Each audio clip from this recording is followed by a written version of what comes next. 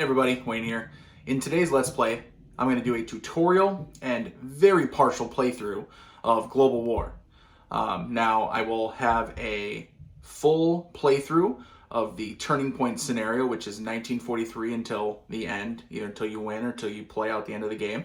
I will have that video up. I'm not sure of the exact timing, if it's before or after this one, but that one will be up to see multiple turns and see not the campaign game, but most of a game played through. This one's going to be tutorial, right? So my usual, I'm going to have graphics pop up. I'm going to take my time, explain things, maybe zoom in here and there, kind of show you guys. I'm going to start at the very beginning too, right? So I'm going to start actually with the counter tray. I know I've seen some questions online of people with the counter tray doing setup. Kind of that can be a little difficult just because there's such a variety of counters. So we're going to go ahead and start at the very, very beginning. Play through probably a few turns, just explain everything as I go, and it'll help you guys learn the game and also learn if this is a game for you. So let's go down to the table. All right, so Global War, World War II Worldwide, 1939 to 1945, Madison, published by White Dog Games, with Wes Erni involved in kind of the development of it. So game, if you're not familiar with Madison games, it's going to be solitaire design. It is got a lot of levers, a lot of moving parts. You probably read that online, you probably heard that already. And we're going to go ahead and explain and kind of run through as many of them as possible in this tutorial. Like I said, when I was talking up there, I have nothing is set up yet. This is the map out, and I have the counter tray. You should be able to see most of it. Maybe a very corner you can't see, that's okay. I do want you guys to be able to see the board, and then just most of it. So there's a lot going on here. Let me kind of break down the game a little bit for you. So before we have it set up, and then as we're going, I'll talk about it as well. So when we set it up, we're going to have cities in high morale here. I want to keep an eye on them. That's how we're going to lose, is when you get too many move from high morale to low morale. It's going to end up costing us the game. So we have to kind of keep the morale up. The idea, right, of like less of, with this game, the idea is less of, hey, you know, the UN forces, which by the way, allies and UN are interchangeable in this game. They don't just call it, doesn't just call it allies. All right, sorry for a little jump and edit there. I'm in my little recording studio, but there is life going on outside of this. I had to check something. Okay, so what was I talking about here? So we got morale done, right? The cities. There's gonna be, it's gonna be chit draw. So what you're doing is you have, see the calendar over here? All these turns is gonna have a chit represents it. I have them over here on the counter tray. When you have a chit, and we'll go into deeper details we play, but you're gonna have, it's gonna be surrounded by the UN logo. To go ahead and ignore that. Oh, speaking of which, let's talk about the allies versus UN. He calls them UN in here. It's a little funny to me because, yes, technically they said the United Nations, but that was kind of midway through the war, World War II, and then, you know, at the very, very end / when it ended, they created the United Nations. It wasn't really the UN. I mean, they were the allies, but hey, he's the designer. Madison can call it, you know, whatever he wants to. So anyway, we're looking at shit here. You're going to have, you know, the UN in the top left, just kind of oriented. And then you're going to have letters or symbols. There's going to be chip-based events, which are going to be little symbols on here, or these letters. And what these letters are going to do is they're going to tell you what front. So you can see here A, B, C, E, F. You're going to run through them alphabetically during the excuse me, Axis Powers attack phase. And what's going to be is when you see the fronts on here. So now we're going down to the map. So you can see you have, you know, basically European theater, Pacific theater here. Western front, Eastern front, Mediterranean front. And you can see there is a letter in the bottom. So when we have that A, B, C, F, right? A is going to be right here, front A, the Western front. That is going to activate. So basically you're going to resolve an Axis attack, which for the most part is going to be them either attacking any distraction or prop unit you have, which is something that is kind of a little bit of a speed bump, a little bit of a road bump, or it's going to deploy an Axis army from the reserves here. So you can keep a lot of units over here in the different fronts, you know, A, B, C, D, E, F, 6 fronts in the reserves. They're going to get deployed. Now, if there are already 5 armies out in a front and it calls for a deployment again, that's going to have a blitz. So there's a blitz counter. You're going to place it there. You're going to resolve a blitz. The thing about blitz is basically it's going to reduce your city morale, right? Which, as I talked about at the very beginning, that is the key to you losing the game. That's not how you win, that's how you lose, right? So you need to keep as many cities in high morale as you can. And when you get to low morale, the Soviet Union, the Stalin leader, as a leadership pool here, Stalin can move a Soviet city once from low to high morale. It gets flipped over and it can't be moved back again. So very limited amount of times can you suffer either blitzes or certain special events that'll cause you to lose morale here. So that is the key to losing the game. You're pulling the chits, you're running through. Okay, right, so that's the Axis attack, and there's a lot more to it, obviously, but again, we will cover it in the actual playthrough part. There's going to be an economic warfare phase. That's where we're going to get to place your convoys. See these circles here? Basically, the number is going to be the amount of money you get in millions of dollars, which you'll keep track on this omnibus markers track. You're going to keep track of everything on here.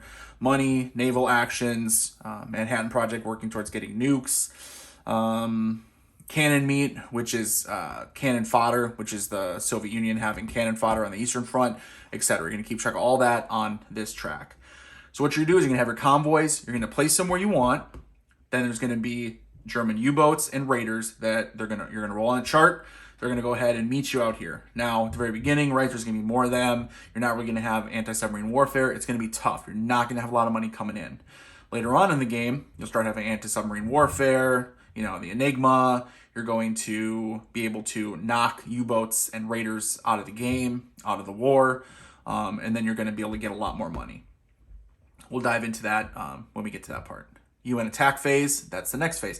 That's when we get to launch our attacks, right? That's where we get to either resolve the military events that are happening, if it's a special event, or we get to launch any attacks. So this is where, we're saying, hey, we're going to be spending our money.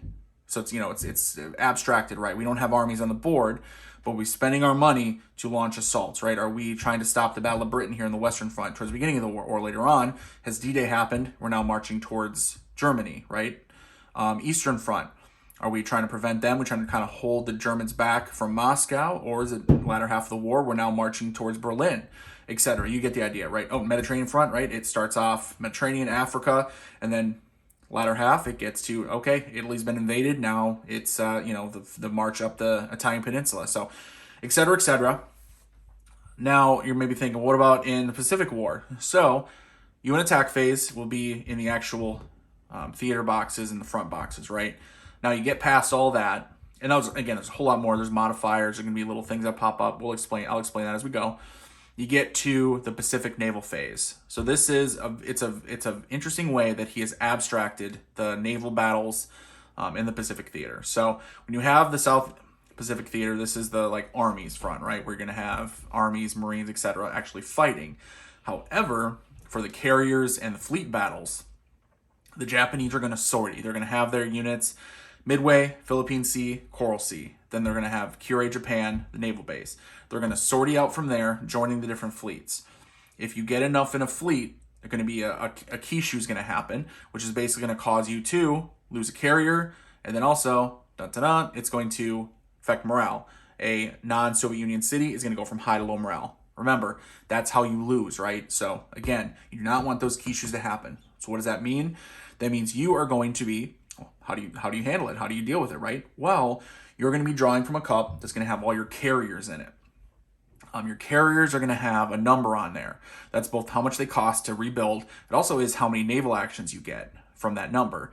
Again, keep track of it on here. Those naval actions you will then spend to launch attacks, just like you did in the fronts, right? You're spending money, except you're spending naval actions to conduct attacks against, the Midway Fleet, Philippine Sea Fleet, and Coral Sea Fleet.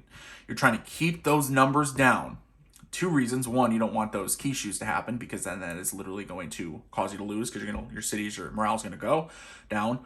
Also, it's going to help you when you are doing land combat, doing the island hopping campaign. The less ships there are in any of these fleets here, the more of a better die modifier you're going to get, showing that, hey, it's harder for them to supply. So if they have less ships and more armies, it's harder for the Japanese to supply them. Therefore, it's going to give you a plus in combat. After the naval phase, you're going to have the industrial phase. That's where you get to build things, right? All that money you had that you haven't spent on fighting directly, so hopefully you've saved some, right? If you can build partisans, reinforce Malta, Build convoys, because your convoys, especially at the beginning, they're gonna get destroyed by U-boats and by raiders. You're gonna want to build them. Also later on in the game, you get to escort them. You'll spend money to flip them to escorted side, which gives them like an attack power right against U-boats and raiders. You can build carriers. You can build a couple special like over the hump for Burma. So basically, you're skipping the negative effects of Southeast Asia theater, building Rick's Place in Africa. A little bit of fun there. And then you're going to have the turn end phase. There's going to be a commando that happened during the events. If you're not worried about him, okay. There's allied banking. You're going to go ahead and try to save what you can for money, and then naval actions. Military events are canceled. Naval reset. You're going to go ahead and move all your units back to the holding boxes. And then basically end of turn, draw another chit, and continue on. Continuing on, trying to hold them back initially, and then halfway through or so, you're going to start pushing back more, start getting fronts, try to get them to surrender. And then hopefully you can get every front to surrender and both Germany and Japan to surrender, and then you win the game. Do all that before you run out of turns and before too many cities go to low morale. Easier than it sounds, harder than it sounds. No, it's harder than it sounds. Trust me. Check out my 1943 Turning Point scenario playthrough for an example of what can happen when you don't get both Germany and Japan to surrender. So, all right, I think enough of the overview here. Let's go ahead and dive into setting up the game. All right, let's go ahead and begin setup. Game setup, 1939 campaign scenario. Numbered helpfully here. There's one modification I made. I didn't make it. It was errata. I didn't download the new one and print it off. I just wrote in here. You're gonna put actual U-boat along with the raider out here, but we'll worry about that when we get there. So, turn chit. So you have all those turn chits. Remember, we're drawing from a turn chit cup. So you need one of those. Turn face down and randomize the 3 green turn chits and place them. So there's gonna be these 3 green ones. Basically, this is going to get the game rolling, right? It is, scripted part of it, right? It's not 100% just whatever, but it is part of the game. So go ahead and kind of randomize here, and then place some, turns 1, 2, 3 up here, fall 1939, early 1940, late 1940. There we go. Okay. Set aside Barbarossa and Pearl Harbor back to turn chits, which I did not set aside. So all the other ones over here, there's, where are they at? Where are they at? Oh, there's Barbarossa and Pearl Harbor. There we go. So Barbarossa and Pearl Harbor. Go ahead and set those aside up here. The other 23 tan turn chits go into the chit draw cup. So all the rest of these go into the cup here. And this is what we'll be drawing through every turn once we get to, well, later on here, right, as we get through sort of the special event style, scripted event style. So, okay. All right, army setup in the reserves box, which the reserves are up here, right? So they're tied to the fronts, right? So A, B, C, D, E, F, A, B, C, D, E, F, Western Front reserves, Eastern Front reserves, etc. Remember when you're rolling and they're attacking, and they're from the chits, it says, hey, Axis attack on Western Front. You're drawing from the A reserves here, Western Front reserves, and placing there, depending on what you got going on in the game. So, Front A reserves, all German airplanes, which we have the German airplanes down. This is where there's a lot of. I want to show you guys at least a general idea, so you knew what was happening over here. So, right here should be most of them.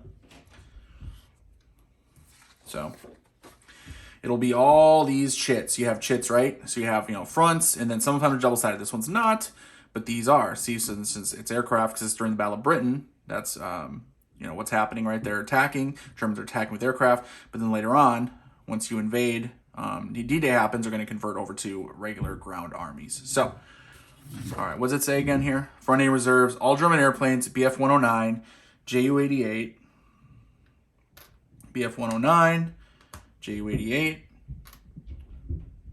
HE-11, and Do-17 are all going to go in A reserves, plus Goring and 1 Blitz. So there he is. Goring, and then the Blitz. Remember, blitz, when those happen, that's when you're going to lose, or cities are going to be moved from high morale to low morale to the point where, well, you can lose that way. On the map, place the following forces. Front A, stack. Oh, here's a good one. Yep, so this one is kind of interesting. Again, there's some things that the first couple turns are a little different than kind of the rest of the game. So you're stacking the Polish, Danish, Dutch, and French armies with Poland on top. Creates a stack that when, the invasion, right, of Poland in the beginning of, well, the worldwide World War II begins, they're attacking kind of all of them. So I'm going to gather up the various chits here. So what are we going to start with? It's going to be Polish, Danish, Dutch, and French armies.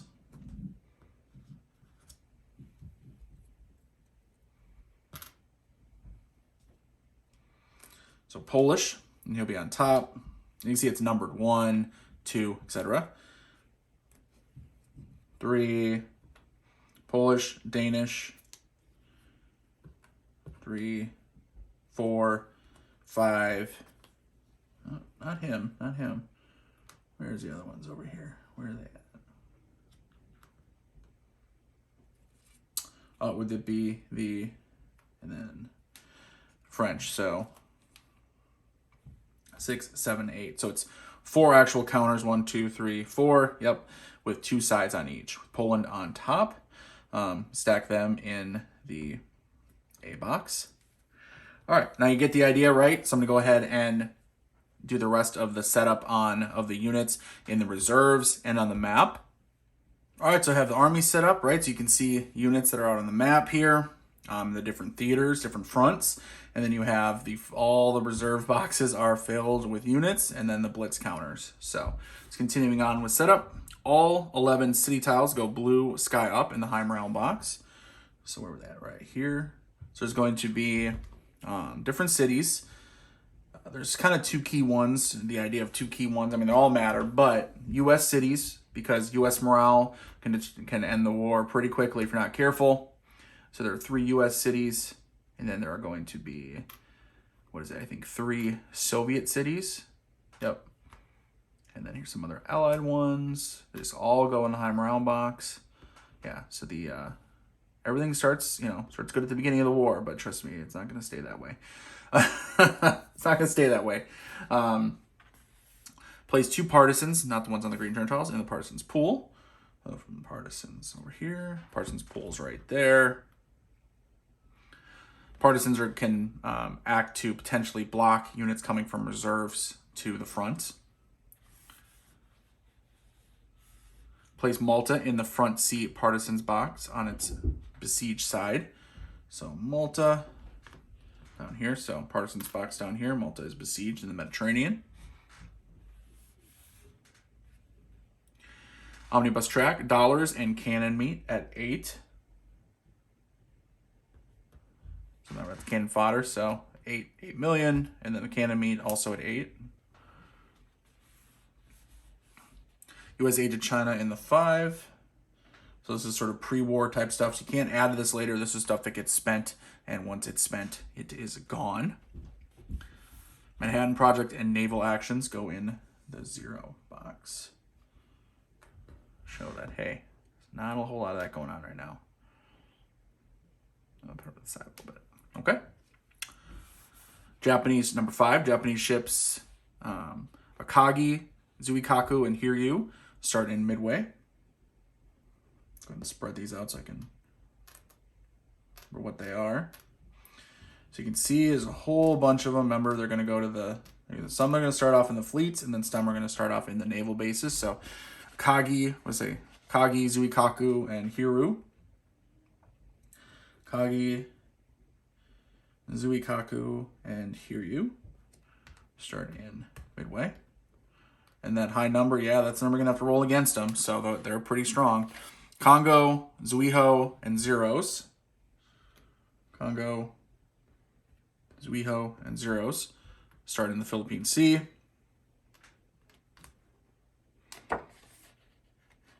Tanaka's destroyers and Aoba start in Coral Sea. Yamato stays on the counter tray. Admiral Yamato. Place the rest of the Japanese ships in the Kure.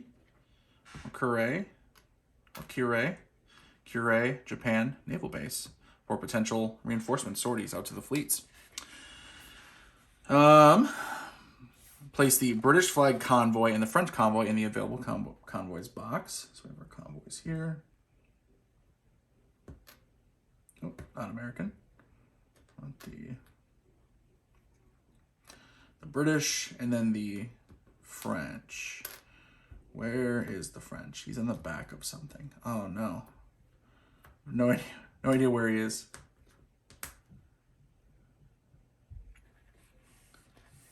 French convoy. Oh, the French convoy's on the back of one of them. Let me find it for you guys. All right, so finding the convoys, British, and then the French. He's in the back of one of the U-boats. So there you go. That's why I do setup, right? To remind myself, because I played through, but I clearly forgot.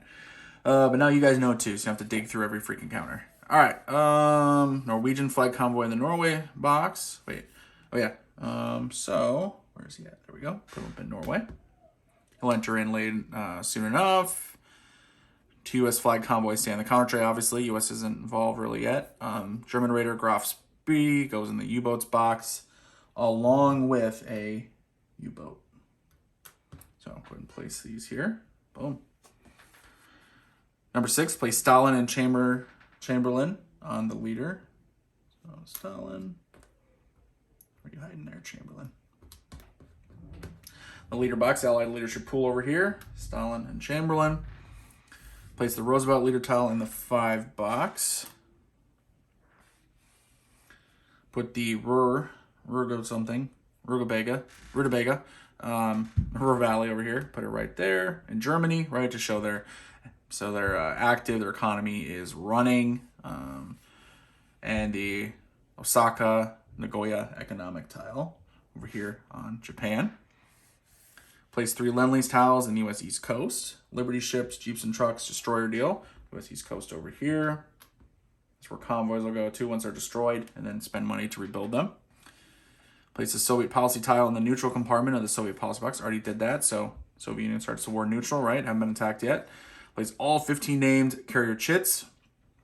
This big stack in the carrier cup. So remember, you have 2 cups here. You have a cup with all carriers, and you have a cup with the turn chits. Place, okay, did that. Number 9, place the Burma Road open tile. Burma Road, right there. Sin Army in Xinjiang with its pro-USSR side up. So right here. Finnish Army in Finland with the inactive side up. U.S. Marines, Admiral Spruance in the Hawaii box. U.S. Marines. We're heading out, Spruance. There you are. In the Hawaii box over here. Belgian Congo, Belgian Colonial Administration, side up. This right here. This gets us the nuclear materials we need later on. And South Africa box, South Africa tile with its pro-UN side up. And that is it. The game is now set up. You're ready to play. We have set up for the 1939 campaign scenario. Let's go ahead and start running through some turns, and I'll start explaining some game systems. Let's go. All right, Global War playthrough, partial playthrough. Let's go ahead and begin. So first turn, it's the chit draw phase. Starting off sequence play, I'll run through it and just explain things as I go. Chit draw phase, however, we're not drawing a chit, we're flipping one over, right? The first 3 have those green chits here. So we'll go ahead and just turn the first one over and see what happens. Oh, there it is. Okay, so we have the chit right there. There's a bunch of info on it. I covered it a little bit, but we're going to dive into it. Here we go. All right, now the turn start phase. Turn chit on calendar. Good to go right there. You deploy any units that are on the calendar turn box, which right now there are none on here, but it's going to end up being leaders, U-boats, raiders, Marines, Spruance, etc. None right now. Planning calendar events. You check what's written on the board here on the calendar. Fall of 39, there's nothing, so no worries there. Now we go to the play chit-based events. 2 things you look for. Any of special events on here, which are going to be like a Mushroom Cloud, Manhattan Project, if there's South Africa flag, random access attacks, which is the die, Caucasus Crisis, or you have these circled events, which you ignore. So this circle around the R, completely ignore any of those letters of the circle. Those are for advanced rules only, which aren't even published with the game yet. And then the last thing you're going to want to check is the middle of the tile. If the number is either going to be white, within a white circle, a yellow, or red. It's in red. So just make sure that if Stalin is on his use side down here, bottom left, Allied leadership pool, flip him back to his ready side. Okay, that's it. So let's go to the next phase, which is evening telegraph phase, which is basically the random event phase. So you're going to roll a die, 1d6, and add the turn number to your die roll. So we rolled a 2. It's turn 1, so that's a total of 3. There are no military events this turn. Political event happens, or commando event. No military events. Finland happens. So what does that Finland event mean? It means that you're actually going to flip this Finland here from the SF side to the Mannerheim side, basically, which is the would be the Winter War, right? The Winter War with the Soviet Union. So basically saying that's active now. Now, key to that, and comes to like him here, Burma Road, Sinkang over here. There's a little like note next to it. So with Finland here, it says B-1. What does that mean? When he's on that first side, basically ignore it, no effect. However, when he's over on this side, that B-1 means that front B is going to suffer a -1 on any of your die roll modifiers. It's a -1 die roll modifier. So when/if I attack, if it's still Mannerheim showing here, any attacks, whether I'm attacking Mannerheim, attacking Finland itself, or I'm attacking on front B, right, attacking the armies here, which obviously the Soviet Union's still neutral, but so they're not going to be attacking on the front, although they can attack Finland. I'm going to have a -1 to modifier. So always be aware of those modifiers. Over here, say you have, like I said, Sinkang, if he's not in pro-USSR, but pro-Japan. Or if you have the Burma Road, when it's open, no worries. When it's closed, up, D-1. And some of them are going to be multiple minuses. For instance, Italian East Africa, if they have their army there, C and E both suffer negatives. So a lot of things, those things you need to keep in mind, because those negative modifiers can stack up real quick. All right, we did the special event. That was the only one for the special event. So now we will go from the evening telegraph phase into the Axis powers attack phase. All right, during the Axis powers attack phase, you're going to be checking the chit, which we have on here, and you have a couple different things, right? So you have looking for the letters, and then if there's any numbers in front of the letters. Eat one single letter by itself. So say this C indicates an attack on that front, right? On the Mediterranean front. However, if there is a number in front of it, then there's going to be that many attacks. You then also resolve them alphabetically, A, B, C, D, E, F. So you start off with A, and there's a 7. So yes, there's 7 attacks on front A here. This is why we got that stack ready. This shows, right? Remember, we stacked it up with Poland, Denmark, the Netherlands, and France, right? So this is the battle for France here, the opening salvo here of global war, World War II. So first off, you check, you're going to have 7 attacks on front A. Now remember, that involves either moving units right from the reserves to the front, and then if you have 5 units, the 6th one would be the Blitz, which then hurts morale, or if you have prop units or distraction units. So these are basically armies that you have to pay. They still distract, but you can pay to have the enemy roll against the number. So let's go ahead and do this. So what we're going to do is we're going to spend one of our dollars. So we had 8, we're down to 7. And we're going to prop up Poland so they can see the number. 3 is their strength points, and there's a number 1 there. The Axis are now going to go ahead and roll, and they have to roll greater than that unit strength to destroy it. So let's see if they can destroy Poland here. So they have to roll a 4 or higher. A 6, so they do. So that dollar was effectively wasted. Now he, I believe we flipped over. Yep, flipped over to his backside here, which he only has a 2. Still costs $1, but it only takes a 2. So let's go ahead and not prop him up. What does that mean? He's automatically eliminated. We're going to go ahead and discard Poland. So Poland is knocked out. All right, now we go to Denmark. That's a 1, and it's $1 to prop up. It's only a 1 strength, not worth propping up. Let's just go ahead and eat that attack. So what we're doing, though, remember, we're eating up those attacks. So there was 7 attacks, right? first attack on Poland, second attack on Poland. Now the attack on Denmark, that's 3. Now we flip them over to the Netherlands. Ooh, a 3 strength for $1 for the 4th attack. Let's do that. So we'll spend $1 and they have to roll 4 or higher. They didn't. So we got them stopped on the 4th attack. Now they have 3 more though, right? 7 attacks total.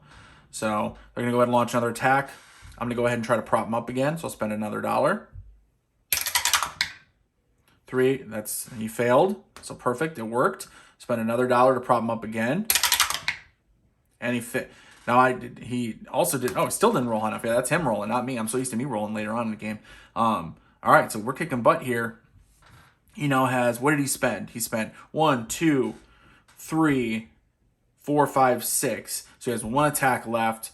We're going to go ahead and we're not going to spend $1. We're going to go ahead and let him finish off his attack. So with the 7th attack, go ahead and then discard. So the 7A attacks, right, all occurred. They knocked out Poland, the Netherlands, Denmark, and so now you can see,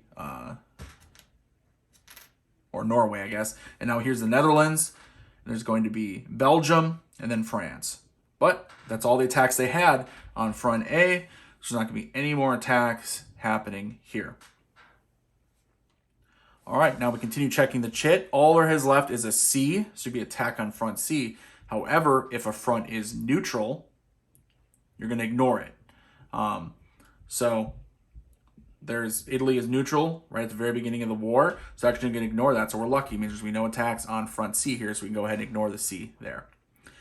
For the X-Powers attack phase, that is it. Now, after Operation Barbarossa, there's going to be a Panzer unit. It's going to basically get deployed to the map on front B, basically every single turn, with some exceptions. But right now, we don't have to worry about any of that. We're done with the Axis powers attack phase. We'll go to the economic warfare phase. Here's how we do this. First off, you place your available convoys in separate C zones. Remember, this is how you get money. This is the money that we've been spending for attacks, spending to prevent attacks, etc. We're going to need that money. So we're going to go ahead, which I spent a lot on defense, so hopefully it doesn't hurt me. So we have our 2 convoys. So what we can do, let's go ahead and spread them out a little bit. Let's put 1 convoy in the 4 and 1 in the 3. Now it's risky, but it's what we got to do. It's what I want to do. I want to try to get the most money I can. Now what you do is you roll 2d6 to deploy the U-boats and the raiders. So roll 2d6, and there's a chart. We'll check that. So a total of 7. We'll check our chart. With 2 U-boats, they both go to 4. So they both go here to 4, which is not good, but let's figure out what happens. Next step would be, if we had anti-submarine warfare, we could attack. We don't have anything yet. No real answer for the U-boat, so we'll skip that step. Now we gain money equal to the value of each sea zone with a convoy and no U-boat or raiders. All we have, so there's the convoy here, right? 4. However, there's a U-boat and raider, so unfortunately we don't get any money from that. We do get money from this French convoy here with a 3. So our money goes from 4 to 7. Then we resolve any U-boat/raider versus convoy conflicts. If there was one boat, U-boat or whatever versus a convoy, no effect, you just don't get money. If there was versus an escorted convoy, they get to attack. However, this is 2 boats, a U-boat and a raider against our 1 convoy, which means, unfortunately, convoy is basically sunk/damaged, too much to continue. It goes all the way over to the U.S. East Coast, which we'll have to spend $2 to bring him back. All right, now we would earn presidential bonus after Pearl Harbor, depending on who's president, which it's not Pearl Harbor yet. We haven't had Pearl Harbor, so no worries there. Don't have to worry about it. And then we will have the Allied strategic bombing, which we can't do yet. But eventually we're going to get the British Bomber Command. Once things are kind of going, they're going to be in place in Allied air bases here. And then you can go ahead and launch attacks on front, A, B, or C. So now we can do Churchill if we had him. We have Chamberlain, so he does not have any abilities. But Churchill has a bunch of it's like a wild card abilities. So he can do commando raids. He can do, historical events that, the British did. The raid on St. Nazaire, the sinking the Bismarck, or diplomacy to block the Turkey event that trying to get Turkey into the war. Same time with Stalin, which he is around. So we're going to go ahead and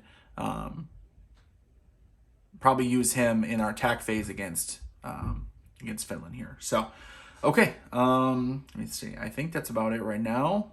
Yep, that's it for the economic warfare phase. So we go on to, and this is actually a huge one, so excuse me, we can discard a Lend-Lease tile for a result. So we have our Lend-Lease over here, right? So, there's a negative though, but let me get to that. So Jeeps and trucks, if we discard them, we actually flip the tile, but we gain $3. So move up our money. We do aid to Russia, which +4 cannon fodder, right? That number goes up, although that's only after Pearl Harbor. And then finally, we have the destroyer deal. See, Jeeps and trucks. Aid to Russia is, I think, on the back of Jeeps and trucks. Excuse me. Then there's a destroyer deal, which is you remove one carrier from the tray, and you get to move one U-boat raider to calendar turns ahead, which is actually really nice. So I think we may do that. And then last is Liberty ships, which is 2 U.S. convoys go to the East Coast. Now, here's the thing. You can discard a Lend-Lease tile, it's fine, but if you do it before turn 3, you reduce Roosevelt on the track by 1. For each one, you reduce them by 1. And why that matters is when it comes to the U.S. election coming up, which is on turn 3 here, the late 1940 U.S. election, you're going to roll. And if he's not elected, it's going to be Wilkie. And Wilkie he doesn't have the same effect as Roosevelt. He only gets you $1 per turn instead of 2. So you kind of want Roosevelt to be elected. Depends on what you want to risk, right? So that's part of the risk reward of the game. So let's go ahead in this game. Let's do the destroyer deal. So we'll discard the destroyer. Remove 1 U.S. carrier from the cup. Place it on the tray, so randomly.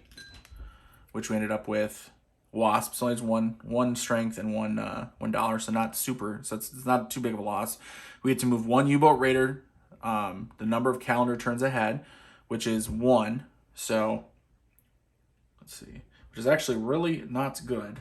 So we can say graph spree. Let's do the U-boat. Moving 1 calendar ahead, which actually isn't going to help us at all because next turn he's going to get placed out again. So that was a waste. That was a complete waste. Oops. But hey, it is what it is. Don't forget though, because we did a Lend-Lease tile, go ahead and move Roosevelt down. So obviously with the carriers in that situation, you'd want to get a high number because that way it pushes them farther away, which we did not get. Okay, now that is it for the economic warfare phase. All right, UN attack phase. First off would be kind of resolve, is there military events? You want to check those. We didn't have any on our roll. There was only the Finland event, so no worries there. But it could, there's some up here, and then there's special ones. Operation Kutuzov, which flips a Panzer to a Tiger. Watch on the Rhine, obviously happens much later in the war, etc., etc. Let's go ahead. So UN attack phase, this is where, we can potentially launch our attacks. Now, right now, obviously things are a little different because we don't have, there's no big battles going on because Japan is neutral, Italy is neutral. Yes, Germany has launched their attacks, but they're not, we still have, continental forces, right? We're not even pushed back across the channel. So, and they have not attacked Russia either. So the one thing we can kind of do at this turn is we're going to go ahead and flip Stalin. We're going to use him for a shock attack. And with a shock attack, so normally you'd only roll a 1d6 when you launch an attack. With a shock attack, you get to roll 2d6. Make an attack wherever we want on front B or D. However, obviously with the neutrality, we can't launch an attack against Germany, but we can attack Finland. We're going to try to switch them over, kind of flip them over. So he has a 4, so we can go ahead and roll against the 4. So we need a 5 or higher, always higher than the strength of the unit you're attacking. You pick the highest one, so either one of the 5s, boom, we just go ahead and flip him back over. Now, it's not permanent. He could still flip me back over by another Finland event, but at least now we have that -1 off the board. Other things you could do in different turns later on, I mentioned special events. You do downfall, which is when you try to knock a front out of the war. Check my other playthrough video for multiple examples of that. You can drop an A-bomb if you have it. Once it's turned 19 plus, you can try to achieve air superiority, which changes kind of the bombers and gets the Normandy siege available. You can, at this point, we could do USA to China. We can spend for attacks on fronts D and E, or in Xingkang. So front D, front E right now. we could attack here. So let's go ahead and do that just to kind of, start knocking them out of the way. So let's spend 1. We'll attack this unit right here. No negatives. Nope. So we're going to go ahead and against the 3. So we have to get a 4 higher. We failed. Let's try again. We'll spend another U.S. aid. Attack the same unit. 4 higher. We were successful. So we'll go ahead and discard him. So what it does is he gets placed on the tray. B, C, D, right here on the tray. And let's spend another U.S. aid to attack this unit as well. Another 4 higher. 4 higher. Nope. We'll spend another U.S. aid to attack. 3. No good. Let's save our last U.S. aid. Soviet meat cannons, right? Or, cannon meat, cannon fodder. You can spend them to attack on front B once it's active, or Finland, Sinkiang, or Caucasus. So right now we're not going to do that though. We can attack German raiders in a C zone. Spend $1 in your roll, greater than. Let's go ahead and try that. So we'll spend $1 of our dollars, and we'll go ahead and attack the Graf Spree here. So he's a 3, so we need a 4 higher. 6, beautiful. All right, and he is discarded. And unlike U-boats, he's not placed back on the board. He is just discarded. Placed back on the tray. That was good. Good luck there. That was perfect. We could, if there's only 1 to 2 armies on front E, the Roma Road would be pushed open. If it had been closed, it's already open, so no worries there. Gandhi, if he's in India, we want to take care of him. And then do the Marianas campaign, which happens much later in the game. I think I messed up on that. I didn't conduct the Marianas campaign on my game to get NAF Tinian, but that's on me anyway. No worries now. Or we can launch a partisan uprising. So we have no partisans though right now. No. Oh, we do want to relieve reinforce Malta, but we do that during the industrial phase. Okay, so that's it for the UN attack phase. All right, we're kind of skipping over it's not a phase, but it's called turning the tide, part of the game where you place pink tiles. The pink tiles are placed, these strategy tiles are placed when something has been achieved on a front. So for instance, front A, Western Front, it is if you have air superiority and you've defeated the Normandy siege, you place that tile and it says, to Berlin. So actually, that doesn't say, it says to D-Day, it says D-Day. The B front, B1 says to Berlin. So just give you an idea of kind of the things you're trying to achieve, right? You're trying to do certain things. Some of them just take time to be able to do. You have to survive long enough to reach certain points where you can develop certain aspects. If the air superiority doesn't happen until turn 19, so you're not going to be able to have that right away. Once you have it, you can then start doing those things, getting those strategy tiles, which then eventually you can do downfalls to knock fronts out of the war. All right, the next phase would be the Pacific Naval Phase. You skip if Japan is neutral or Dutch control Dutch East Indies. Japan is neutral right now, so we are not going to conduct the Pacific Naval Phase. It'll be skipped entirely. But that is the thing I mentioned where you're rolling to deploy units from the Kure Japan out to the fleets. Fleets maybe having Kishu's, and then there's special yellow disc events, or the color red right there. And then you get to go ahead and conduct naval combat if you're willing to sacrifice your carriers. All right, after the Pacific Naval Phase is the Industrial Phase. This is where you can build partisans, you can reinforce Malta, you can build convoys, you can convert convoys to escort if you have the ability to, which we do not yet. This Dollar Chill have the escort on it. Build over the hump tile, which permanently opens Burma Road. You can build Rick's Place in North Africa, which adds a +1, only if Malta's face up. Or you can build A-bombs once you get to that point. See where it says A-bombs in winter 45? That right there. Winter, it's 44 into early 45, so just not to get confused. All right, let's go ahead. We are definitely going to do what I mentioned before. Yes, let's go ahead and reinforce Malta, which takes $2. Reinforce Malta, $2. Oh, man. So down to 4. We'll flip him over, Malta, and then let's go ahead and spend 2 more, down to 2. Oh boy. And build this convoy. He goes to available convoys, rebuild them. And I think that's it. Let's keep our $2 left. So that's it for the industrial phase. Now the turn end phase. Commando, if your commandos were active right now, they're not. And it was on a front, you would suffer a morale loss. Again, talk about morale, right? The big bugaboo of the game. Do not suffer that many morale losses. Banking, you can save any amount of money, and then up to 1 naval action, which we're at 0, so no big deal. cancel the military event. You'd go ahead, this is a military event marker. You just put it back over here. Reset the Navy, so all U-boats, raiders, anti-submarine warfare, convoys, all go back to where they need to go. So back to there, here. And there were no... Yeah, we killed the raider, destroyed it, and then the U-boat, although he'll come back next turn. If Gandhi is still active in India, if you haven't arrested him, you flip him for a -1 DRM on front E here. So as India goes in revolt, so try to avoid that. Once again, it's one of those boxes where it gives you a negative. That's the end of turn. So now we go ahead and move on to turn 2, and you're going to draw another chit next turn. Let's go ahead and play out the next turn. All right, turn 2, early 1940. Have a couple things happening here. First off, once again, we're not drawing a random chit because we have the green chits that are already on the board here. Let's go ahead and flip it over. It shows us what happens here.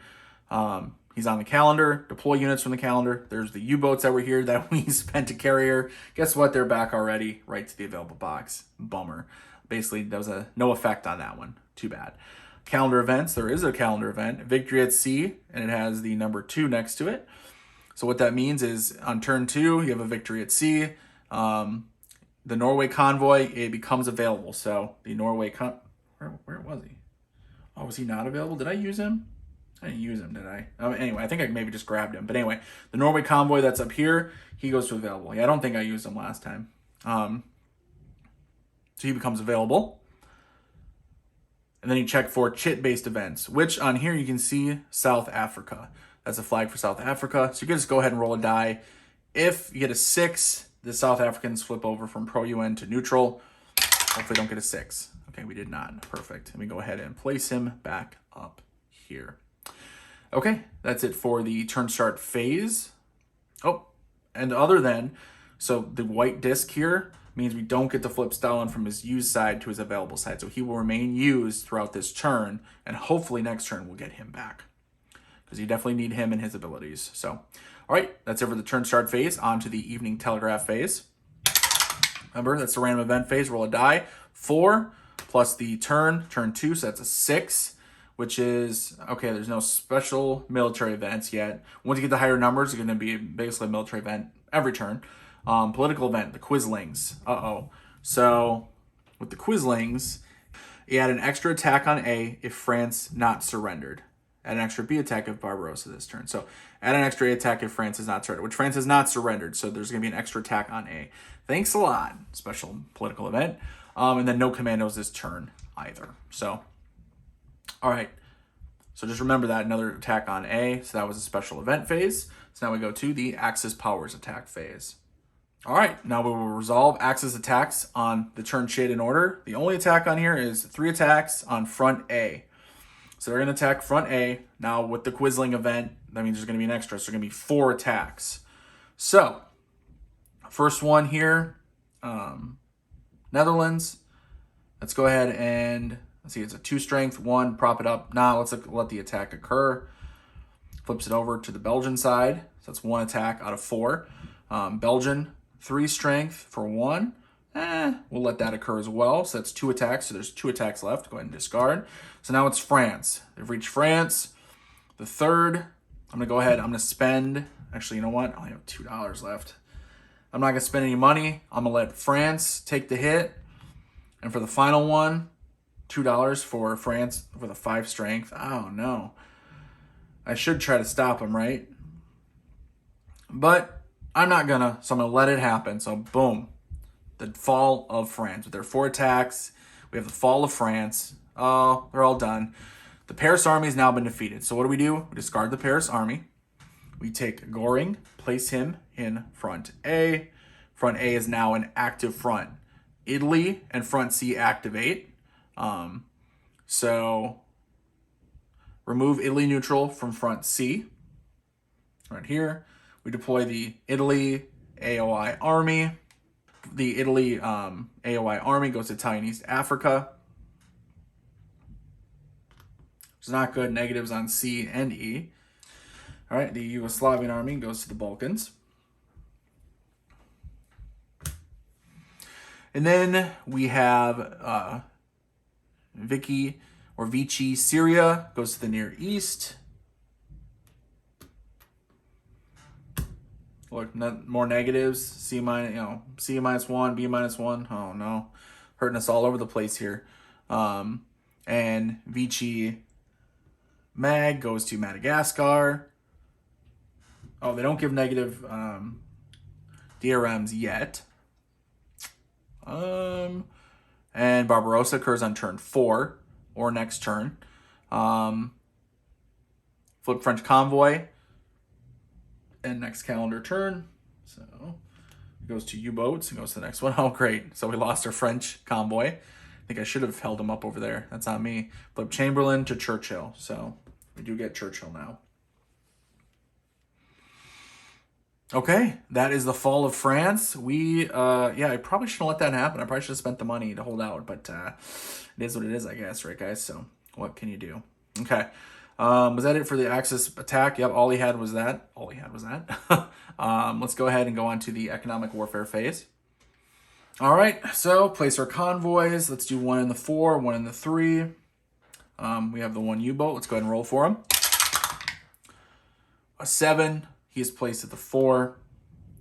So launch ASW attack. We don't have that yet, so no effect. Gain our money. We gain 3. Better than nothing. Up to 5. Resolve any conflicts. It's just 1 U-boat and 1 convoy, so basically it's just no effect. No one gets sunk or anything. No presidential bonus yet, not till after Pearl Harbor. No Allied strategic bombing yet.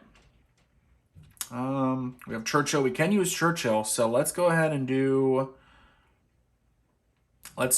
Churchill for the raid on Saint Nazaire. So we're going to target that U-boat there. So what we'll do is we have to see if Churchill's successful. He's successful on a 2 to 5. Fails on a 1 or a 6. 6 would be really bad. A 2, so he is successful. So we rolled a 2, so he goes 2 ahead. So 1, 2. And then I believe it's the same for the U-boat. Saint Nazaire, placed to a 9 raider. Die roll turns ahead on calendar. Yep, so he's also placed 2 turns ahead. So now there's no U-boats, though. Now, we don't get the money back for there. It's too late for that. But now next turn, that 1 U-boat will go to the map, but the other one will still be gone. So that'll help us in the future. Okay. We have Stalin. Oh, he's still used, so we can't do any of his abilities. That's a bummer. So let's end the economic warfare phase, go to the UN attack phase. Resolve any military events. There are none. We just have anything that we could do with our money here, which, well, we have multiple down here. We could probably try to get rid of here. Let's go ahead and do that. So let's go ahead. We'll spend some money. We'll spend $1 million and attack the Italian East African Army here as a 5. So we need to roll a 6. 6 is an automatic success no matter what. Even if modifiers take it higher, you always can succeed on a 6, excuse me. You always fail on a 1. So let's roll for 6. Nope. Spend another $1. Attack again. Nope. And we'll spend 1 more. All right. Never mind. We'll stop spending our money. These pointless attacks in Italian East Africa. What are we doing? I don't know. Let's see. Anything else? Any events we want to do? Anything special? Spend our U.S. aid here. There's only 1 left. Might as well. Let's spend the last U.S. aid to attack CCAA over here. Try to knock it out before. No, it didn't even work anyway. And that's discarded because you can never refill that. That's considered like pre-war type resources, loans made to the nationalist Chinese. So I think that's about it for what we got going on right now. Yeah, that's it. So end the UN attack phase, onto the Pacific naval phase. Japan is still neutral because they haven't had Pearl Harbor yet. It's coming up soon, though. Coming up real soon. Industrial phase. So we have $2 million. We can build partisans. No convoys available to build. Naval production. Nothing like that. Let's go ahead and just keep... Should build Rick's Place? Let's do that. So let's spend $1 and build Rick's Place. Where's he at? Get out here. Rick's Place is a +1 modifier on front C. So we'll go ahead and build him. Place him in French North Africa. Okay, that's it for industrial phase. Turn end phase. No commandos active yet. Will be soon once we get higher in the event phase. Allied banking. We'll bank our $1 million we got left. No military events cancel. Naval resets. So remember the convoys go back to the available convoys. No worries about India. And then we end the turn and on to the next turn. All right, turn 3. Once again, this is the last one where we have a predetermined chit. Flip it over. Okay. All right, so turn on the calendar. Excuse me, turn chit. Deploy units from it to the U-boat. Goes to the German U-boats box. Play calendar events. So we have U.S. election and victory at sea. So the U.S. election, very simple. Roll a die. Check where Roosevelt is on the omnibus marker track, which he's at a 4. We want to get greater than. He's not elected, or not reelected, I should say. So we want a 4 or less. 4 or less. 4 or less. 2, thank God. So he's elected, so we go ahead and move him down to the Allied leaders box. Perfect. Also, there is a victory at sea on turn 3 here. Victory at sea, 1 U-boat from tray to U-boat box. Oh, that's not good. So there's actually 2 U-boats out here now. Very much not good. Okay, that's it for calendar events. Chit-based events, there are none on here, just the advanced rules ones, which we'll ignore that. On to the evening telegraph phase, random event phase. 1d6, 6, plus the turn number, 4, that's 10. All right, so now there is some special events that are going to happen. So, first off, Gallon, -1 DRM from all attacks on airplanes on front A. So go ahead and put that one there to show that that event is happening. And then there's going to be Italy, Iraq, Syria, and then Skorzeny, the commando. So Italy has already activated, so we're not going to mess with that at all. Basically, that would be Italy entering the war. Iraq, we're going to find the Iraq 2 army and place him in the Near East. If he's on the map, we would flip him.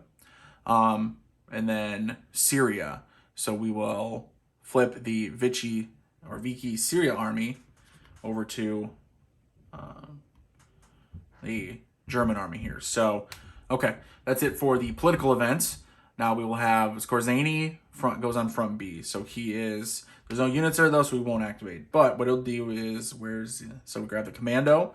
He would be placed on a unit of our choosing, and he sits there on that unit, and you want to attack him. If you don't, what happens at the very end of the turn? If the commando is still there, you flip him and move him to the box, and then you move a city from high to low morale. Remember, those cities, got to keep them up. So luckily for us, the front B is not active yet. Barbarossa hasn't happened, so he actually will just stay down here in the commandos box. In fact, because we can't put him out, he should flip over to the Japanese side here. Okay? All right, I think that's it for the evening telegraph phase. On to the Axis powers attack phase. Okay, so check the chit. It's going to be 7 attacks on A and 1 on D. 7 on A, that's right. All right, so you can see Western Front, it's active, it's open. I have no partisans, no prop armies, nothing to distract. The Balkans here, right? Yugoslavia, that's over on B front. North Africa down here. We have Malta, but again, that's in, the Mediterranean front. So it's going to be a whole bunch of attacks on A. So what happens? Simple. You move aircraft for 1. So that's 1. You grab the highest unit that's available in the reserves box. 2, 3, 4, and now the 5th will be a blitz. So the 5th attack out of 7 is going to be a blitz. So what you do with a blitz, resolve it. Here's how you resolve a blitz. You roll 2 dice. Got a 7. You compare that total to how many high morale cities there are. We have all of them here, all 11. So no worries, it's less than. So return the blitz and any panzer to reserves. You then move a non-Soviet Union city or a Soviet Union city if it's on the Eastern Front, right, front B. We're in front A though, so it'll be a non-Soviet Union city. You move it over to the low morale box. And then you need to make one free attack versus the front here. So we'll go ahead and make our free attack. We'll do it against the DO 17. He's the weakest. We need a 3 or higher. Boom. Put him in here. Put him in the reserve. Perfect. So now they continue, right? So that was what? They used 4, right? Because 1, 2, 3, 4. No, 5 for the blitz. So they have 2 attacks left. They're going to do the 6th attack will reinforce front A. And then 7, unfortunately, is another blitz against me. So the same thing, right? Resolve the blitz right away. A 5, that's less than the number of cities over here. So we're going to take a non-Soviet Union city. Let's do... Glasgow, sorry. Move them over to the low morale. We go ahead and return the blitz, and we get our free attack, which is Tet's attack, again, the weakest one here. Oh, still failed. All right, but that's it. They used up their 7 attacks. We suffered 2 blitzes. You can see we have 2 cities in low morale. You may think, well, look at all these cities still. Oh, be careful. Remember, none of them can go back from low morale to high morale except the 3 Soviet cities. The rest of them, once they get moved to low morale, they're there. And if you use up your cities and they all get moved, especially the U.S. ones or the Soviet Union ones, game over. You lose right there. You know, morale collapses, and basically your people sue for peace and say, we're not going to keep fighting this war. So that's not good. That's not a good result, but it is what it is. At least we didn't have any failed blitzes. At least they fizzled, quote unquote fizzled. So, all right. We haven't had Barbarossa yet, so no worries about the Panzer or anything like that. 3+ armies here, no. All right, but what we'll do is we have our attack on D. There's still an attack on China Theater. D, I have no partisans, nothing to stop them at all. So just grab, again, the highest strength unit, which is this 3 army, and place them there in the theater. And that is it for the Axis powers attack phase. All right, let's start placing our convoys. We're going to have to start avoiding, I think, 4 and 3, because there's a possibility we could get no money. So let's go ahead and place Norway 1 up here, north. And let's place this British convoy over at 2B. Should I do 3? We'll do 3. Try that. Okay, 2 U-boats. Let's roll. 4, 5. What is 5 on the chart? 5, 2 U-boats, 4 and 3. So 1 here and 1 here. Okay, so we do gain money for, launch your ASW attack. We can't do that yet. Gain our money. We gain 2. Ugh, see, only 3. Not good. It's only, money's tight at the beginning of the game. Money's very tight. Resolve U-boat raider versus conflicts. There's just 1 here. 1v1. Basically just says no money. Doesn't sink them, though. Presidential bonus. Only after Pearl Harbor. Not quite there yet. Allied strategic bombing. Don't have our bombers yet. Use Churchill. He's up on the calendar, so we can't use him. Stalin. He's still... Oh, he should have been flipped back. I forgot. Missed that one. So, good catch. Me. So, we'll get to go ahead and use him. Either an attack or... What else does he have? Communist partisan. Any front for free. Your patriotic war. Oh, can't do that one yet. So, we may not have a ton of use for him, but we'll see. Actually, you know what? Before I go, let's finish off economic warfare phase. Now that Roosevelt's been elected, we don't have to worry about losing. Let's do a Liberty ships. Discard a Lend-Lease. You can do 1 a turn. Liberty ships. 2 U.S. convoys to the U.S. East Coast. We still have to build them, but now they're over here and ready to go. So we'll try to save. We'll save $2 for that for sure. So, all right, yeah. Let's go ahead and launch. Just any attacks. Yeah, let's spend $1. Launch an attack on front A here. Attack the weakest unit. 6. That was successful. Get out of here. Perfect. And that's it, I think, for ground attack phase. Because we want to save our $2. We want to build. It takes $2, $2 million, but you know, whatever. To build a convoy, because we want him available for next turn. So, UN attack phase is done. Pacific naval phase. Japan is still neutral. Haven't quite launched. Pearl Harbor's should be probably Barbarossa. It's going to be next turn, and then Pearl Harbor the turn after that. The industrial phase. Here's where we want to spend our last $2 to build a convoy. U.S. convoy goes to available convoys. That's it. Turn end phase. Commando stays here. Banking. Yep, we don't have anything to bank. Cancel the military event, so get him out of there. Oh, there was a -1 on. Forgot that. You guys didn't remind me. Luckily, I think we rolled well enough against that unit that didn't matter anyway. But you guys got to remind me next time. All right, naval reset. So U-boats and convoys all go back. So we have 3 convoys now, but it's 2 U-boats, and next turn is going to be another one, so we 3. Oh, God. No worries about India. And the turn. So go on to the next turn. All right, I'm actually going to end this tutorial here. I know you guys are like, what, Wayne, what about Barbarossa? What about Pearl Harbor? Well, you know, first off, this is a tutorial. I want you guys to see the game in action, see how things kind of start working. And I'm going to take a lot of time putting some graphics up, things like that. Number 2, I may continue with a part 2. Let me know if you want to do a part 2 where I kind of run through those a little faster. 3, if you want like the only downside at the beginning of the game, right, is because it's kind of scripted, right? Because there's a certain number of attacks. You're going to have, Barbarossa, Pearl Harbor. It's going to happen. Fall of France. So it's kind of scripted. So it's a little like, you can't really avoid those things. Once you get rolling past this, past all that, and then, or my other video, the 43 Turning Point campaign, Turning Point scenario, it's like very open, right? Draw a check, what's going to happen. You get to choose what to do. That I feel like is really where the game shines. So this can help you learn the game, but I don't want to do more turns necessarily, full tutorial mode where you guys are like, well, this game's very scripted. It's only scripted at the beginning. It opens up. After those are done, it opens way up, assuming you survive that long. So I think we'll end this video. Let me know if you want a second part, but I know confident that between this tutorial and then my other playthrough, you guys should have plenty of seeing the game in action just for fun, and then also learning how the game works. So hope you guys enjoyed. If you made it this far, please let me know. Anything mistakes, anything, please post in the comments below, of course, so that way people know when they watch it. Other than that, if you made it this far, I'd love for you to subscribe to my channel if you like my videos. Even if you only like some of them, you don't have to watch all of them, but please, your subscription really helps me to get new games and get these videos shown to more people. So yeah, until next time, everybody, later.